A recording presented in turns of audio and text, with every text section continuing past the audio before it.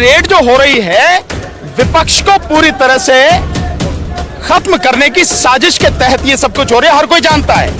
मैं तो कहता हूं कि जितना बड़ा बेईमान इस देश का प्रधानमंत्री है और उसकी बेईमानी का सबसे बड़ा सबूत है पीएम केयर फंड, जिसके विषय में कोई जानकारी नहीं दी गई। तो सीबीआई को, ईडी को सबसे पहले उसकी इन्वेस्टिगेशन करनी चाहिए अगर उसमें हिम्मत है तो, जबकि मैं जानता हूं हिम्मत नहीं है, क्योंकि वो प्रधानमंत्री के गुलाम की तरह काम कर रही है। देश के संविधान के लिए नहीं, एक व्यक्ति की गुलामी के लिए काम कर रहे हैं तीनों संस्थाएं, ईडी भी, इनकम टैक्स भी और सीबीआई भी। हमारे पास संविधान है, हमारे पास संविधान है और उसी संविधान की शपथ लेकर देश का प्रधानमंत्री बना है।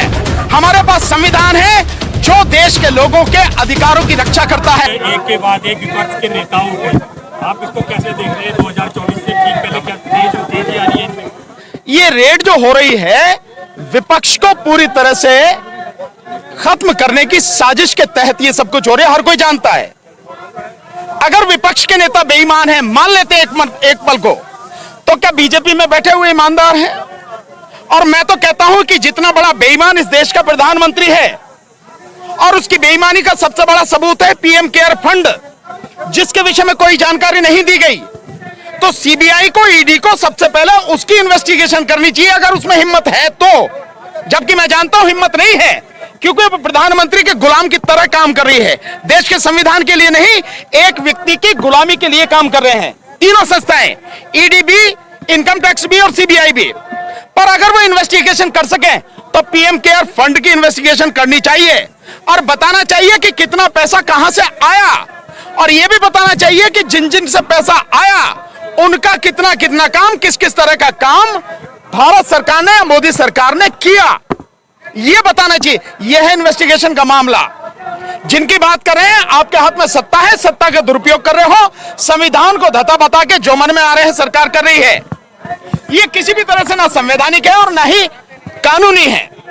ये केवल और केवल 2024 के चुनाव को ध्यान में रख के विपक्ष को तबाह करने की और सारे विपक्ष को जेल में ठूसने की एक घृणित साजिश के तहत किया जा रहा है। सर, जब से बिहार में गठबंधन बना है तब से और डर लग रहा है क्या सरकार? निश्चित रूप से भाई, प्रधानमंत्री इस देश का बहुत बुरी तरह से डरा हुआ इंसान है। अगर वो बहादुर होता, डरा हुआ नहीं होता, तो 9 साल में कम से कम एक प्रेस कॉन्फ्रेंस की होती, नहीं की। यहां तक कि पार्लियामेंट की प्रोसीडिंग्स में से वो शब्द भी हटवा दिए गए जिन शब्दों से कहीं भी लगता था कि इस सबसे आने वाले समय में जब लोग इतिहास देखेंगे, पढ़ेंगे पार्लियामेंट की प्रोसीडिंग्स को, तो सरकार की जिस तरह से भद्दपिटी है और सरकार के कुकर्मों का जो चिट्ठा है उसमें जो वहां पर बहस हुई है वो सब कुछ सामने आ जाएगा। तो न केवल वो शब्द हटाए गए, बल्कि अब तो स्थिति ये हो गई कि पूरी की पूरी जो सवाल पूछे जा रहे हैं वो पूरा ही हटा दिया जाता है पार्लियामेंट की प्रोसीडिंग से, चाहे लोकसभा की से हो और चाहे राज्यसभा की से। तो जब इतना डरा हुआ प्रधानमंत्री हो और कहीं सच बाहर ना आ जाए, उसको पूरी तरह से रोकने की कार्रवाई की जा रही हो, इसीलिए मीडिया को पूरी तरह से गुलाम बनाया गया, जिसे गोदी मीडिया कहते हैं, जो तलवे चाटता है प्रधानमंत्री के। तो इस हालत में जो काम किया जा रहा है वो केवल विपक्ष को खत्म करने का काम किया जा रहा है। सर, कानून मंत्री कह रहे हैं कि कॉलेजियम सिस्टम गलत, लेकिन कोई कार्रवाई नहीं कर रहे हैं, तो इस पर आप क्या कहेंगे? देखिए, कॉलेजियम सिस्टम क्या है क्या नहीं है ये तो बाद की बात है, लेकिन जो सरकार ये कह रही है कि कॉलेजियम सिस्टम गलत है, पहले वो सरकार बताए, उस सरकार का न्याय मंत्री बताए कि तुम संविधान के तहत, कानून के तहत कितना काम कर रहे हो। ये जो सारी कार्रवाई हो रही है, बीजेपी में एक से बड़ा एक भ्रष्ट नेता बैठा है, उनके खिलाफ रेड क्यों नहीं डालने?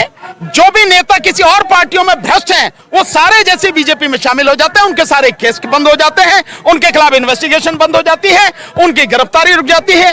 ये क्या है? इससे साफ जाहिर है कि बीजेपी एक ऐसी पार्टी बन गई है जिसमें भ्रष्ट लोगों का जमावड़ा है, और देश का भ्रष्ट प्रधानमंत्री अपने उन भ्रष्ट सारे नेताओं को बचाने के लिए विपक्ष को टारगेट करके उसे खत्म करने की, उसके खिलाफ कार्रवाई करता है।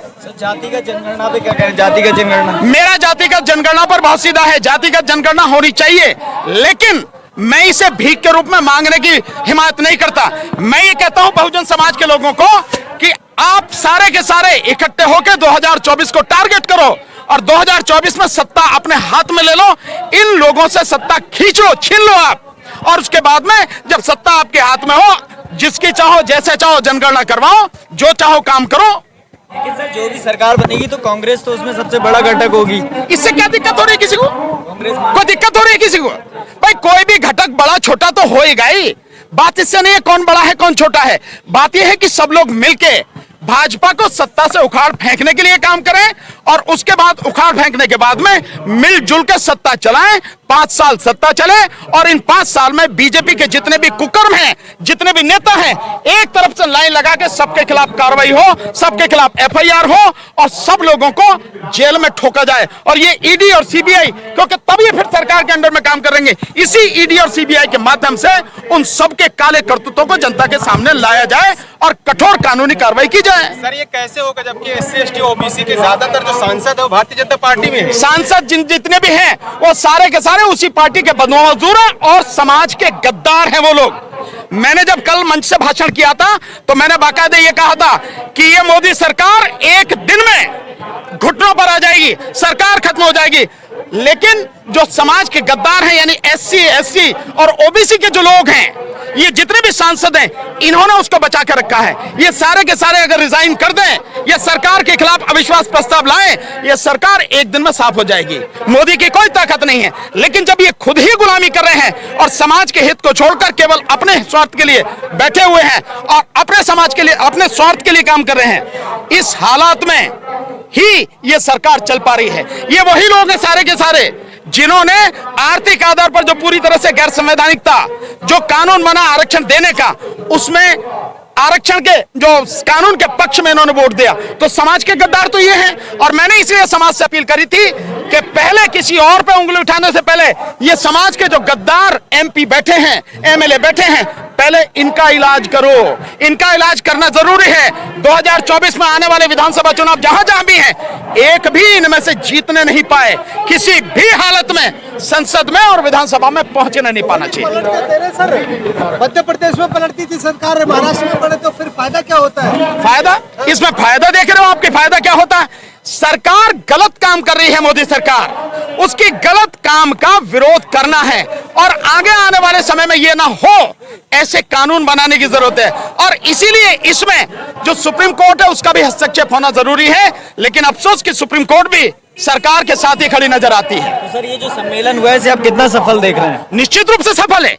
इस सम्मेलन के माध्यम से आवाज, बहुजन समाज की आवाज करोड़ों लोगों तक पहुंची है, पूरे देश में नहीं दुनिया में पहुंची है। और उसके लिए धन्यवाद आप सारे के सारे जो मीडिया के साथी हैं, सोशल मीडिया के साथी, क्योंकि इस आवाज को करोड़ों लोगों तक पहुंचाने की जो सबसे बड़ा काम किया है, जो कर रहे हैं, वो आप लोग कर रहे हैं। तो सम्मेलन पूरी तरह से सफल है। इस सम्मेलन में जितने भी भिन्न भिन्न संगठनों के लोग आए हैं, आज कम से कम इतने संगठनों के लोग एक मंच पर आए तो सही, इकट्ठे तो हुए, समाज की समस्याओं को लेकर, बहुजन समाज के दर्द को लेकर, उसके परेशानियों को लेकर, उसकी कमी और कमजोरियों को दूर करने के लिए एक मंच पर आए। इससे बड़ी सफलता और क्या होगी? आप सब लोग भी तो कहते हैं कि सारे लोग इकट्ठे नहीं हो रहे, तो अगर इतने समाज के संगठन के जो लोग हैं वो इकट्ठे हो रहे हैं, इससे बेहतर कौन सी बात होगी? आज का आपका इस मंच पर टॉपिक है ईवीएम को लेकर, क्या लग रहा है कि ईवीएम के बगैर चुनाव हो पाएगा? ईवीएम, देखिए हमारी पूरी कोशिश है कि ईवीएम को हटाने के लिए जन आंदोलन हम खड़ा करें। लगातार हम प्रयास कर रहे हैं और इस प्रयास में एक बड़ी आप सफलता मानिए कि इस सम्मेलन में, न्याय अधिकार महासम्मेलन में, ईवीएम को भी एक विषय के रूप में, एक मुद्दे के रूप में शामिल किया गया है। अब से पहले तो ऐसी चीजें होती नहीं थी, लेकिन हम लोगों के लगातार प्रयास से कम आप मंच से भी ये आवाज उठने लगी है। हालांकि मैं जब किसान आंदोलन में था, मैंने पहले ही दिन कहा था किसान आंदोलन में ईवीएम को भी इसमें शामिल कीजिए।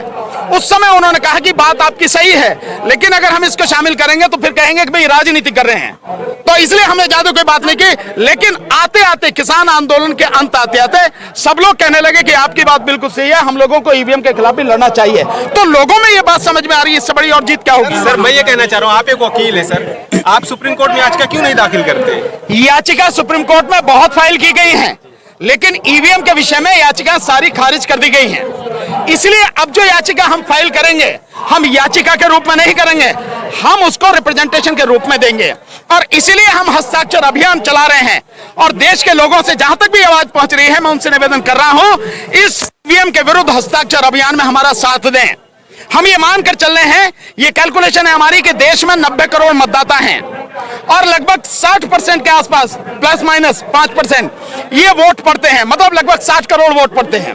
उन 60 करोड़ वोटों में से अगर 30 करोड़ के लगभग 25 से 30 करोड़ लोग जो मतदाता हैं वो हमारे हस्ताक्षर अभियान में शामिल होकर हस्ताक्षर करके हमें दें, तो उसको लेकर हम एक रिप्रेजेंटेशन सुप्रीम कोर्ट के सामने करें और एक राष्ट्रीय स्तर पर वकीलों का, बहुजन समाज के वकीलों का हम एक संगठन खड़ा कर रहे हैं और ये मानते हैं कि जब हम वो रिप्रेजेंटेशन लेके जाएं, वो सारे सिग्नेचर हम लेके जाएं, उस समय वकीलों का जो पूरा हमारा समूह है राष्ट्रीय स्तर पर, वो सामने सुप्रीम कोर्ट के खड़ा हो और तब ये बात रखी जाए कि इस ईवीएम को हटाया जाए। और ये कह के कि ईवीएम को जो सुप्रीम कोर्ट के जज हैं वो भी नहीं जानते कि ईवीएम कैसे काम करती है, हाई कोर्ट के जजेस नहीं जानते, आईएएस आईपीएस नहीं जानते और डिस्ट्रिक्ट कोर्ट के जजेस नहीं जानते, प्रोफेसर्स नहीं जानते, वकील नहीं जानते, डॉक्टर नहीं जानते, इंजीनियर एक्सेप्ट सॉफ्टवेयर इंजीनियर वो सब नहीं जानते और देश के पढ़े लिखे लोग पीएचडी सब नहीं जानते कि ईवीएम कैसे काम करती है, बावजूद उसके ईवीएम चलाई जा रही है। इसलिए हमें विश्वास है कि हमारा जो लॉजिक है, जो हमारे तर्क हैं और जो सबूत है वो सुप्रीम कोर्ट को कन्विंस करेंगे और सुप्रीम कोर्ट के माध्यम से ईवीएम हट पाएंगे। लेकिन तरीका हमारा दूसरा है। सर तमाम जो दलित नेता वो क्यों खामोश सर ईवीएम सपा बसपा है आरजेडी है वो भाई ये तो बात आप उनसे पूछो यार, मेरे से मेरी बात पूछो ना कि वो क्यों खामोश है, मैं क्या बताऊंगा। मेरी बात पूछो कि मैं तो लड़ रहा हूं ना संघ में, मैं तो संघर्ष कर रहा हूं, मेरा काम संघर्ष करना, लोगों को जगाना है, मैं लगातार काम कर रहा हूं। सीबीआई है, ईडी है, हिंदू मुस्लिम भी भाजपा पे बहुत बड़ा मामला चलता है, कैसे? हमारे पास संविधान है, हमारे पास संविधान है और उसी संविधान की शपथ लेकर देश का प्रधानमंत्री बना है। हमारे पास संविधान है जो देश के लोगों के अधिकारों की रक्षा करता है।